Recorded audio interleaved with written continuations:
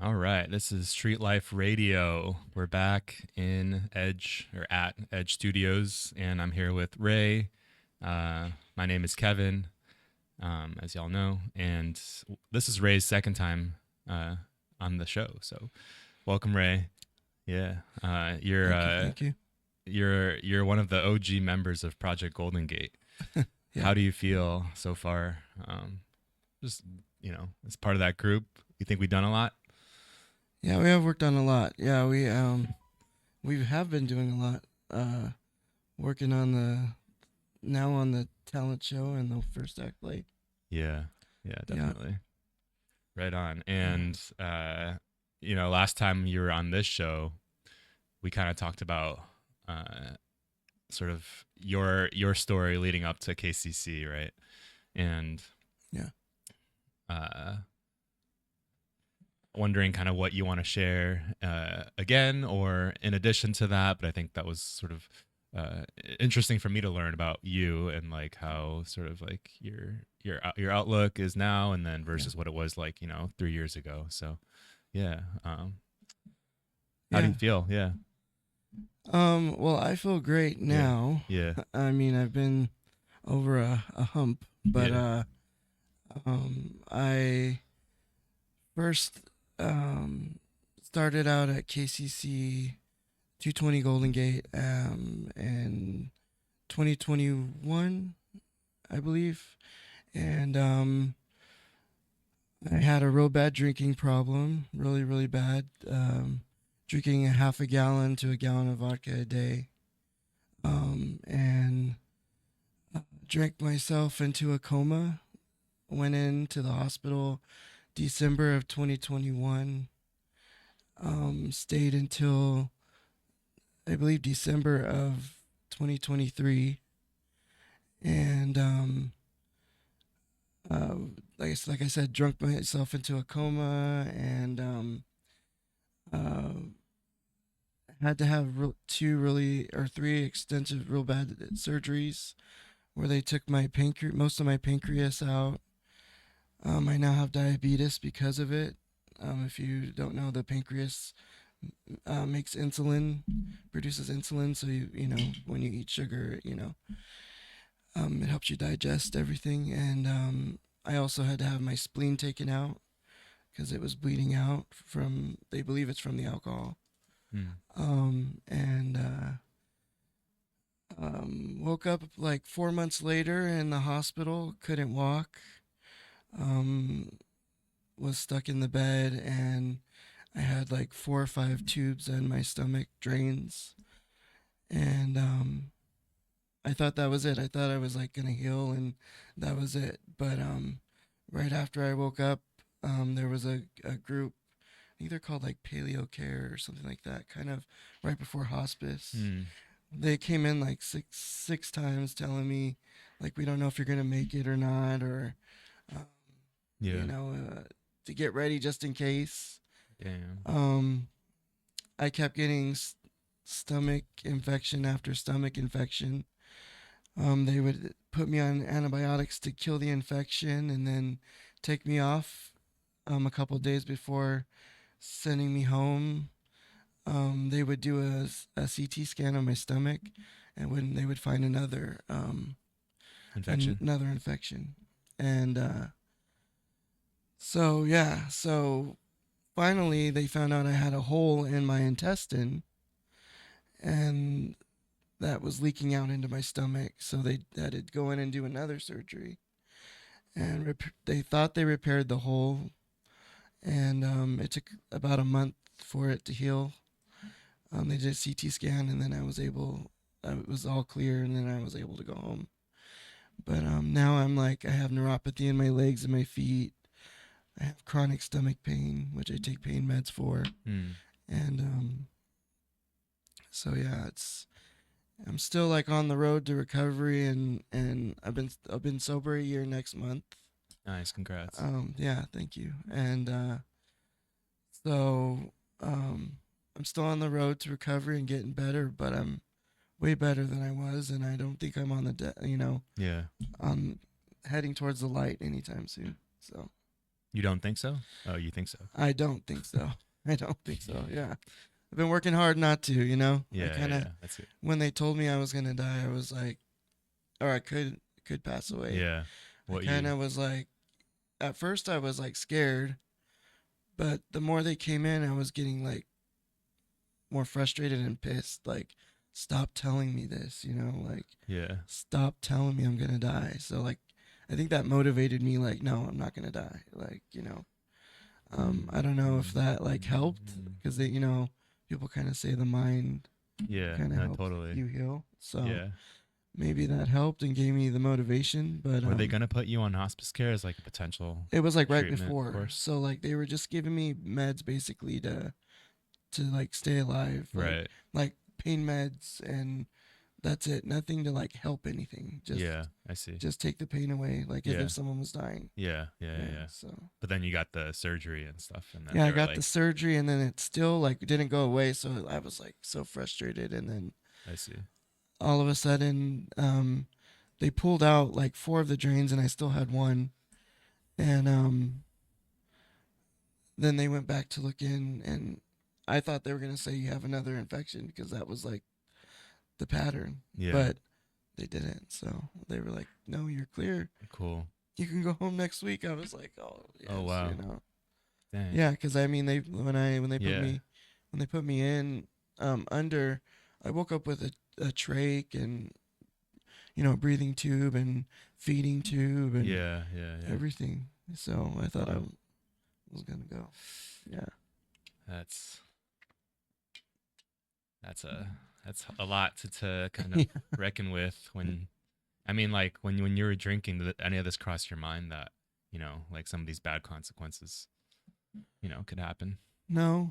because I mean, You're just kind of addicted and yeah, and nothing like had ever happened to me. yeah. Like I never had any surgeries or anything, so Yeah. never broke anything. So I just thought, I think I kind of thought I was invincible. You know, I think the man upstairs or whoever, you know, Yeah. The was universe. letting me know. Yeah, was letting me know, like, hey, you know, you're human. Yeah, yeah. you're gonna you know mess yourself up if you keep Dang. going. So Yeah. and it like I said in my other interview, most of my family on my dad's side, they're drug addicts and Yeah. alcoholics, but and they drink for like 50 plus years, and then I mean they're not perfect, and some of them are Or deceased ill. now, Or okay. but I mean after all of that time they were pretty okay, I guess, Yeah. you know. So I mean I didn't drink that long. It really started to get really bad during the pandemic, and Yeah. then Yeah. yeah. Yeah. So during the pandemic, was it like you were moved into KCC from somewhere else, or had you experienced homelessness for a period of time, or how was that transition? So um I was homeless in Stockton where I'm from, Yeah. and I knew that there was more resources out here because I had been in back and forth, Yeah. Yeah. and there was no resources in Stockton at all for housing. Yeah. And so I came out to oh, and I also had worked for a housing company in Right. San Francisco called ECS, Right. Episcopal Community Services. Right. And so when I came back to San Francisco, I took a $11 train ride to be homeless in San Francisco, Oh shit. basically. Had two bags with me, and that Yeah. was it. And then went to KCC, and they got me a hotel Yeah. room, and then started the process of me getting housing. I see. So So you were in San Francisco, and you worked for ECS, and then you moved back to Stockton, mhm, and then you came back because you knew maybe through your job and other things that there were going to be more housing resources in San Francisco. yeah, You hit up KCC, Yeah, I knew- they got you housing. yeah, and it just kind of went from I there. knew there was more Yeah. opportunities out here, like with Yeah. jobs, Yeah. anything, Yeah. you know. So Yeah. that's why I came here, and I think I kind of got in quick because I worked for the company. I mean, some people had to wait a little longer, but I see. Like we recognized that KCC, like the ECS organization, and we're like, this person Yeah. deserves Well, housing. well, I worked for them, I so know. then when I bugged the heck out of them, like I should have, they were like, they pushed it. You know, they kept pushing with KCC. So, Yeah. Oh, I so the see. more I pushed, the more they were, but they were okay with me pushing them because they knew me. I see. I So see. it wasn't like just some random person, like, Yeah. God, this guy Yeah. keeps calling. Yeah. For They're like, sure. oh, well, Ray's calling. He For called sure. again. Let's see what's going on with KCC. For sure. So, Right on. yeah. So I've been in there Yeah. since 2021. Got it. Got it. Yeah. Yeah. And like, were you? So was the addiction like? Was that prior to moving in, or was that really kind of during the pandemic that you were drinking a lot? So, so I started drinking when I was 15, Uh huh. um, socially. Yeah. Then it just got over the years. It just was more, but mostly out with people. It never was like by myself. Yeah. Um, During the pandemic, that's when I just kind of like shut myself in, and that was it. Mm. And I would go to the liquor store, buy like 4 or 5 bottles, and then go inside, lock myself in, and just drink by myself. After maybe a few months, I started realizing, like, dude, like, you're drinking by yourself, like you have a problem. Like, like Yeah. people would invite me out, and I'm like, F that, I have bottles at home. Like, I could just drink at home. Word. So, and to answer your question before, I've never thought of like that I was gonna die, like Yeah. Yeah. or thought of killing myself. Yeah. There was times when I did want to like sleep, Yeah. but it was not like to die. Like you couldn't sleep well when you were drinking a lot. Is what Yeah. you're saying? Yeah. Yeah, I mean, I was passing out all the time, sleeping Right. hours, but it Right. wasn't real sleep. Like real. Yeah. Yeah, I would wake up, felt like I Yeah. was hit by a truck. Oh So yeah, I yeah, know what that feels like. Yeah, yeah, for sure. yeah. Wow. So And like, how do you so like, since recovering from all this, have you felt differently about sort of KCC and like what it means to live there and like who you like live around and how we can help the folks there? yeah, since I've lived there, I mean, I knew there was like homeless Yeah. and stuff, a problem out here, and stuff like that, and with drugs and Yeah. stuff like that. But I didn't know to which extent until I moved into KCC. Yeah. And all of like finding out all the deaths and stuff. How many people were dying in the building Yeah. every week, and like Yeah. and then finding out about our Friday meeting kind of Yeah. started to get me involved in helping with the community. Yeah. Um, but I've always kind of had a heart for it, even in Stockton. For sure. But Is I that just that's why you worked for ECS because you cared about Yeah. these issues, Yeah, yeah, right? yeah, yeah. Yeah. yeah, and so So in some ways, maybe Stockton could, improve, like, in certain areas when it comes to this, and San Francisco's doing a lot better, right? yes, Like yeah, you're kind of yes, insinuating. yeah. I mean, I don't know about now. It's been some years, but I mean, I don't know how much has changed Right. there. But I mean, yeah, there was literally nothing there Yeah. for me. Yeah. Yeah.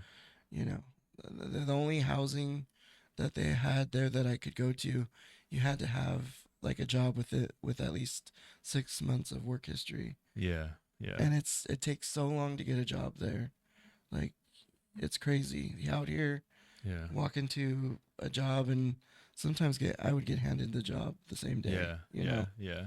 But Yeah. Interesting. yeah, but there it was like a three interview process, and it would take months, and then you sometimes wouldn't even get the job. So yeah, it's a lot. Interesting. Yeah, Whoa, man. Yeah. yeah. Wait. So do you want to talk about how you initially became homeless, or like was it because you just had like difficult circumstances, or was it related to drinking, or was it related to something else that you'd want to share? Um. Uh. Well, I went back to Stockton. I was here working 2 jobs. Yeah. And had a place, and I went back. I mean, I was drinking the whole time. Right. Right. Right. Um, Not at work though, but still drinking. Yeah. Um, right after though. Right. But I uh went back home when my to kind of help take care of my mom. She got diagnosed with Yeah. multiple sclerosis, Yeah. and the place where I was living wasn't too safe, and I don't know if the drinking helped either. I mean, I don't think it played a good part, but I see. the crime rate is so bad in Stockton that when I became homeless out there, it just was too scary, and it's scarier than the Tenderloin. I'm not really scared of the Tenderloin. Like, Yeah. You saw what happened. Some stuff Yeah. happened the other day in front of our building, Yeah. and Yeah. I was like, this happens every day. Yeah. No, I get it. Yeah. I've been pistol whipped out there. I've been shot at. My car's been Yeah. stolen. Like Yeah. Yeah. all kinds of different, crazy stuff. So, anyways, when I became homeless, I I knew that it wasn't safe, and I knew there were more like programs out here. Yeah. So you're taking care of your mom. That's when you became homeless. Yeah, so I quit both jobs and I left my place, and where I was staying just wasn't that great, Yeah. and so I ended up homeless because see. I didn't have anything to come back to. You're right, because you couldn't live with your mom. either. Yeah, no, she was in the hospital and in a nursing home. I see. So yeah, it wasn't Word. like Yeah. wasn't like I could live with her. you know? Yeah. Yeah. Yeah. Wow. Everyone's got a different story. But yeah. Yeah. I Now- mean, yeah. Yeah. there were times when I was homeless out here, and I would fall asleep drunk, and I would wake up and my backpack and everything had been gone through. My pockets had been gone through. My phone had been stolen. My money was stolen just because I was so that drunk. Sleeping on the street. Yeah. Yeah. Yeah. Crazy. Yeah. Yeah. I for mean, sure. For sure. You need a whole nother hour Yeah. for Yeah. those stories. Yeah. Wow. Yeah. Maybe I'll come back. That's wild. All Yeah. right. Well, maybe we end with a question here. What do you think? So right now, actually, there's legislation at the city level to make supportive housing 25% sober housing. So basically, the supportive housing stock we have right now, there'd be a mandate on these housing sort of like, I guess, what do you call them? Management companies or nonprofits to reduce the number of sort of like regular housing units, and 25% is going to be mandated as sober housing, right? And so there's really this push to I guess just like not necessarily house people unless they agree to like becoming sober, so that they can get their basic needs met. Because the thought is that if we do this, then less people will be doing drugs and all these other things that would clean up the streets hypothetically. I don't think that's the right approach. A lot of people don't think that's the right approach, and it would kind of infringe on people's civil rights, to be honest. In your opinion, though, how can we create sort of a better society where people are getting housing and they're getting sort of the treatment? What do we need to do as a culture, as a society, to like move in that direction? So, first off, I don't know about like just putting everybody that's just sober into housing first. I feel like a lot of people on the streets that are using have a lot of mental disorders. Yeah.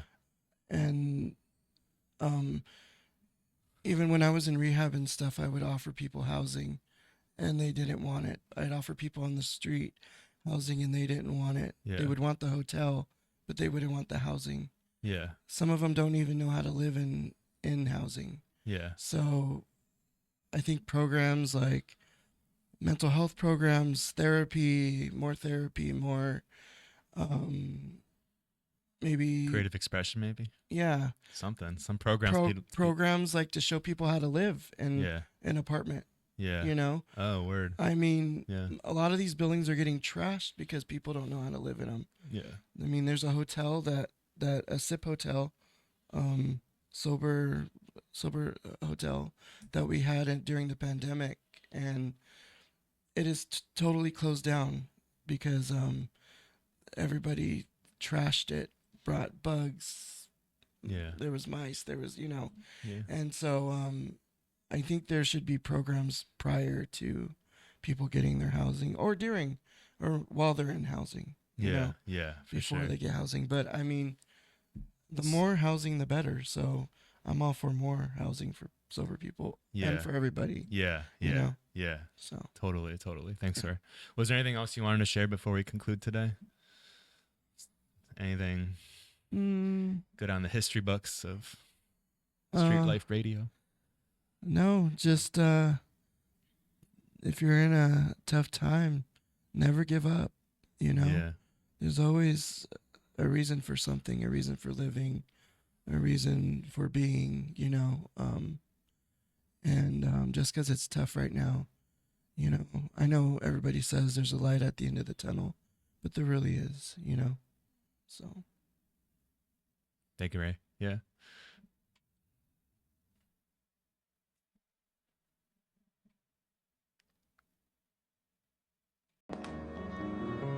This has been Street Life Radio, an initiative of Project Golden Gate.